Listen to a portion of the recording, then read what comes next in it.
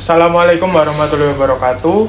Waalaikumsalam warahmatullahi wabarakatuh. Sebelumnya, terima kasih untuk kesempatannya.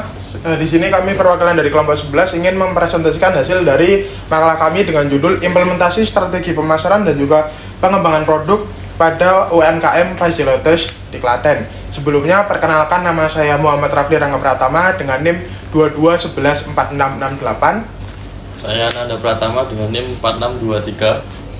Saya Najib Azharun Najwa dengan NIM 22114672. Saya Yuli Dwi Kurniawan dengan NIM 22114675. Saya Devananda Fikri Muhammad Rafi dengan NIM 22114669. Nah, sebelumnya kita masuk dulu ke mengenal produk yang akan dijajakan oleh atau produk yang dibuat oleh UMKM Fazilotos Klaten ini. Next. Nah, jadi kita kenalan dulu apa itu puzzle. Mungkin di sini udah sering dengar ya kata-kata puzzle. Jadi puzzle itu sendiri merupakan salah satu jenis permainan yang melatih kemampuan kognitif pada anak. Di mana puzzle ini melibatkan pemecahan masalah dengan merangkai gambar atau menyocokkan bentuk dan juga tempatnya. Nah, puzzle ini membantu kemampuan berpikir, menyesuaikan bentuk, warna, serta melatih logika pada anak. Puzzle ini juga berfungsi sebagai hiburan sekaligus alat stimulasi penting bagi perkembangan anak. Nah, puzzle ini sendiri merupakan salah satu produk atau produk yang diproduksi oleh Fazilotos, di mana Fazilotos sendiri merupakan sebuah UMKM yang didirikan oleh Bapak Sarman pada tahun 2015, di mana awalnya Fazilotos ini sendiri hanya merupakan pedagang keliling saja yang menjajakan puzzle di TK-TK dan juga pasar. Nah, tapi sekitar 2 tahun kemudian atau tepatnya tahun 2017 itu Fazilotos memutuskan untuk membuat atau memproduksi mainan puzzle sendiri dengan modal awal sekitar Rp500.000. Nah, saat itu kapasitas produksinya itu hanya mencapai 100 lembar atau 100 piece puzzle saja untuk tiap bulannya. Tapi saat ini karena sudah memiliki 6 orang karyawan, Fazilotos ini sudah mampu memproduksi rata-rata 500 hingga 1000 piece puzzle untuk setiap bulannya. Nah, untuk produk dari Fazilotos sendiri itu ada 2 ya. Ini yang pertama adalah puzzle bertemakan karakter fiksi, kemudian ada puzzle edukasi. Karakter fiksi ini sendiri ini untuk mainan bertemakan kartun-kartun seperti itu. Nah, kalau untuk yang puzzle edukasi itu berarti puzzle seperti menyusun urutan angka dari 1 sampai 20, menyusun urutan huruf abjad, alfabetik atau huruf Arab hijaiyah seperti itu. Nah, di awalnya itu Fazilotos hanya memproduksi satu jenis saja, yakni di karakter ini. Tapi ketika semakin banyak permintaan dari guru-guru TK untuk menyediakan puzzle berbentuk berupa edukasi gitu, mereka berinovasi dengan menghadirkan puzzle-puzzle dengan tema edukasi seperti menyusun angka, kemudian menyusun huruf abjad dan juga huruf hijaiyah. Kemudian adalah harga dari mainan puzzle yang diproduksi oleh Fazilotos akan dijelaskan oleh teman saya Nanda Pratama. Oke, untuk harga puzzle Fazilotos, yaitu Fazilotos menetapkan harga produk pada berkisar belasan ribu rupiah hingga sekitar 20.000 rupiah per unit. Puzzle yang mereka pasarkan harga ini sangat sesuai dengan strategi pemasaran mereka. Kemudian selanjutnya distribusi puzzle Fazilotos, yaitu setelah memulai produksi sendiri pada tahun 2017, Fazilotos mulai menawarkan produk ke toko grosir mainan dan grosir alat tulis. Saat ini fokus utama distribusi adalah melalui sistem konsensus titip jual ke sekitar 100 toko langganan. Lalu jangkauan pasar offline mereka sangat luas, meliputi Klaten, Solo, Bantul, Wonosari, Wates, bahkan pernah mengirim ke Cilacap, Wonosobo, dan Banjarnegara. Selanjutnya, kemudian segmen pasar Fazilotos. Segmen ini akan terdiri 3 segmen, yaitu segmen geografis, segmen demografis, dan segmen fisiografis. Yang pertama yaitu awalnya fokus lokal di Klaten dan Solo, kemudian diperluas hingga berbagai wilayah di Jawa Tengah dan sekitarnya seperti Bantul, Wonosari, Wates, Cilacap, Wonosobo, Banjarnegara untuk mencari peluang pasar baru. Kemudian yang segmen demografis yaitu menargetkan segmen anak-anak usia dini melalui TK-TK serta orang tua atau guru sebagai pembeli, dan pedagang grosir mainan alat tulis sebagai saluran distribusi. Kemudian segmen yang terakhir yaitu segmentasi fisiografis, yaitu perilaku beradaptasi dengan pergeseran permintaan konsumen dari puzzle, kemudian karakter fiksi ke puzzle edukasi seperti menyusun angka. Kemudian selanjutnya target pasar akan dijelaskan oleh Najib. Ya, selanjutnya target pasar Puzzle Toys. Itu target utama Puzzle Toys adalah sekolah-sekolah, yaitu guru-guru sekolah gitu, kayak SMP, nggak sampai SMP, karena SD, TK, dan grosir-grosir mainan alat tulis. Terus juga memiliki permintaan tinggi terhadap puzzle edukasi, perluasan wilayah pemasaran secara offline ke berbagai kota dan kabupaten, juga merupakan bentuk penargetan geografis untuk memastikan stabilitas produksi dan jangkauan pasar yang luas seperti yang Mas Alek tadi terangkan, yaitu Pak Sarman sudah keliling ke berbagai kabupaten untuk memasarkan produknya di Banjarnegara, Cilacap, dan lain-lain. Terutama untuk mengatasi tantangan dari pergeseran minat anak-anak dari gadget gitu. Terus selanjutnya, dan ini adalah rekomendasi dari tim kami, yaitu pengusulan visi. Pengusulan visi ini menjadi populer UMKM mainan edukasi berkualitas tinggi di Indonesia yang mendorong kreativitas dan perkembangan anak melalui inovasi produk. Selanjutnya usulan value akan diterangkan oleh teman saya, Mas Yuli.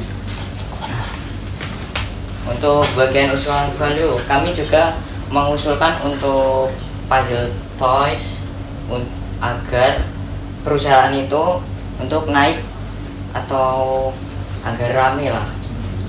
Bagian value-nya seperti kualitas produk yang aman, rapi, dan konsisten. Terus kedua, inovasi, adaptasi desain dan produk yang responsif terhadap tren pasar. Ketiga, kepercayaan, membangun brand image yang positif melalui konsistensi produk dan layanan. Untuk yang keempat, yaitu kesejahteraan karyawan untuk mendukung produktif dan loyalitas tim. Terus yang kelima, yaitu kemitraan, membangun hubungan baik dengan toko serta grosir. Selanjutnya, kami juga mengusulkan misi untuk perusahaan Puzzle Toys, yaitu misinya seperti 1. Memproduksi puzzle edukasi inovatif dan berkualitas tinggi. Kedua, memenuhi kebutuhan pasar yang terus berkembang. Ketiga, membangun kemitraan yang kuat dengan seluruh distribusi untuk menjangkau saluran lapisan masyarakat.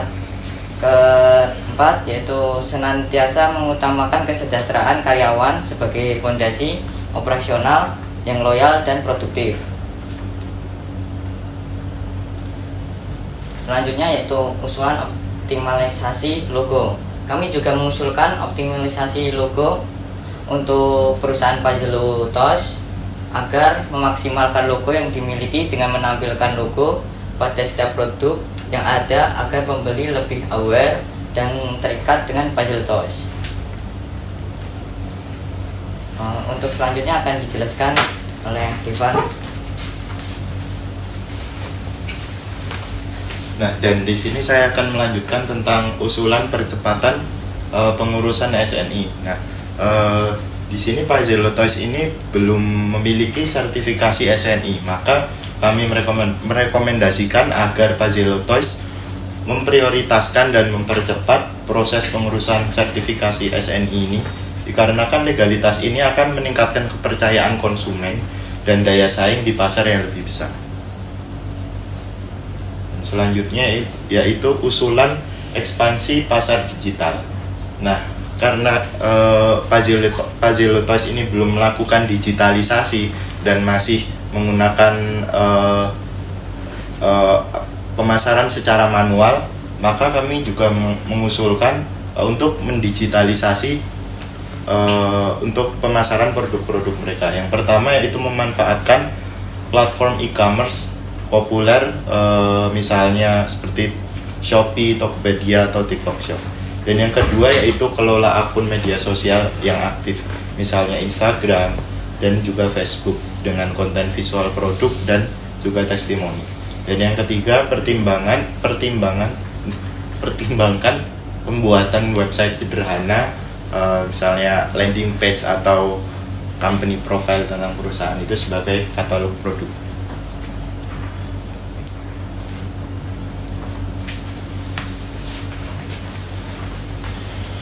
Oke, mungkin cukup sekian presentasi dari kami. Apakah ada yang ingin ditanyakan?